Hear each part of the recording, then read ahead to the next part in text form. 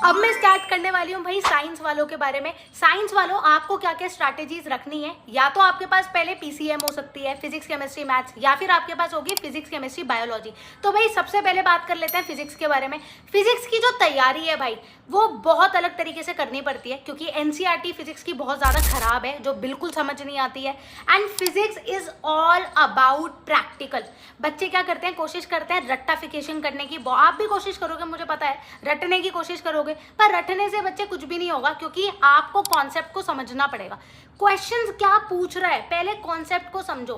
Physics वालों की सबसे बड़ी गलती ये होती है, वो सीधा का सीधा अपना फॉर्मूला इंप्लीमेंट करना चालू कर देते हैं।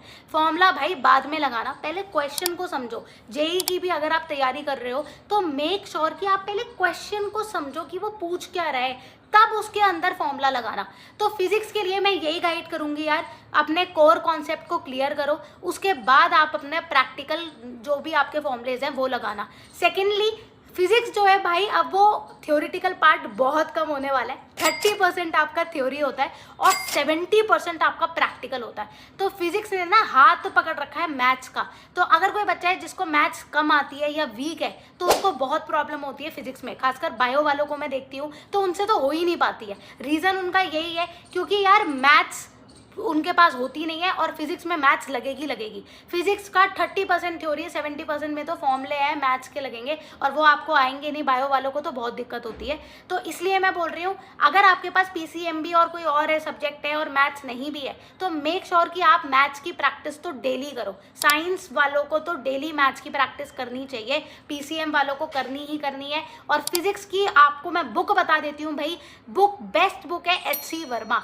एच.सी. वर्मा खरीद लो, सेकंड हैंड लेनी है सेकंड हैंड ले लो, उससे तैयारी करना स्टार्ट करो। कॉन्सेप्ट को समझो और क्वेश्चन सॉल्व करो। एनसीईआरटी की जो है आपकी क्लास 11th की फिजिक्स की बुक है, वो तो बहुत ही वाहियात है, बहुत बेकार है, उसमें कॉन्सेप्ट समझ नहीं आते हैं। तो मैंने अपने टाइम में एच.सी. वर्मा से ही पढ़ा था। H C. Verma is a very nice book, ठीक है, भगवान है वो क्लास 11th के स्टूडेंट्स के लिए। कॉन्सेप्ट को भी क्लियर करती है, क्वेश्चन भी सॉल्व अच्छी तरीके से होते हैं, ठीक है।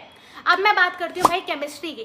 केमिस्ट्री की एनसीईआरटी बुक से ही पूरा पेपर बनता है। पहली बात तो क्लास 11th का भी 12th का भी आपकी जो टीचर्स भी पढ़ाएंगी वो एनसीईआरटी से ही पढ़ाएंगी स्कूल की। तो केमिस्ट्री में अगर आप एनसीईआरटी कर लो ढंग से, और क्लास 11th की केमिस्ट्री बहुत इंपॉर्टेंट है भाई, बिल्कुल इग्नोर नहीं कर सकते।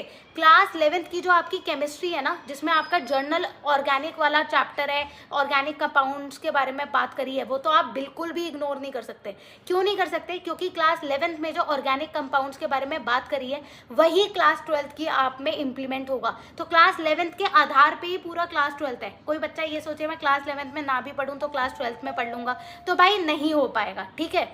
तो मेक श्योर कि आप जो क्लास 11th में ढंग से पढ़ें, सो दैट आप क्लास 12th में आपको दिक्कत ना आए। तो केमिस्ट्री के लिए एनसीईआरटी दी बेस्ट है। अगर आपको क्वेश्चन वगैरह न्यूमेरिकल सॉल्व करना है, क्योंकि केमिस्ट्री में भी मैथ्स है, तो आप प्रदीप से कर सकते हैं। Pradeep is a very nice book. अब मैं बात करती हूँ मैथमेटिक्स और बायो के बारे में। मैथ्स तो भाई डेली प्रैक्टिस करनी है। कैलकुलस आएगा आपके लिए, इंटीग्रेशन, डिफरेंशिएशन, पूरा कैलकुलस है। तो मेक श्योर कि आप डेली प्रैक्टिस करते रहो, ठीक है। बायो वालों को मैं यही सजेस्ट करूंगी, एनसीईआरटी काफ़ी है आप लोगों के लिए, एनसीईआरटी कर लो, इट्स अ गुड बुक। और वो बायो में बहुत चीज़ें वास्ट होती हैं, बहुत सारे आपके नाम है, नॉमेनक्लेचर है, बहुत सारी इंफॉर्मेशन होती है। तो फ्लो चार्ट बनाओ, फ्लो चार्ट से पढ़ाई करोगे तो भूलोगे नहीं कि किस चीज़ का क्या आंसर देना है, क्या इसका कॉन्सेप्ट है। अपने ड्राइंग्स बनाओ, डायग्राम्स बनाओ, फ्लो चार्ट बनाओ, जिससे आपका कोर स्ट्रॉन्ग हो। तो ये आपको बहुत अच्छी मैंने इन्फॉर्मेशन दी है।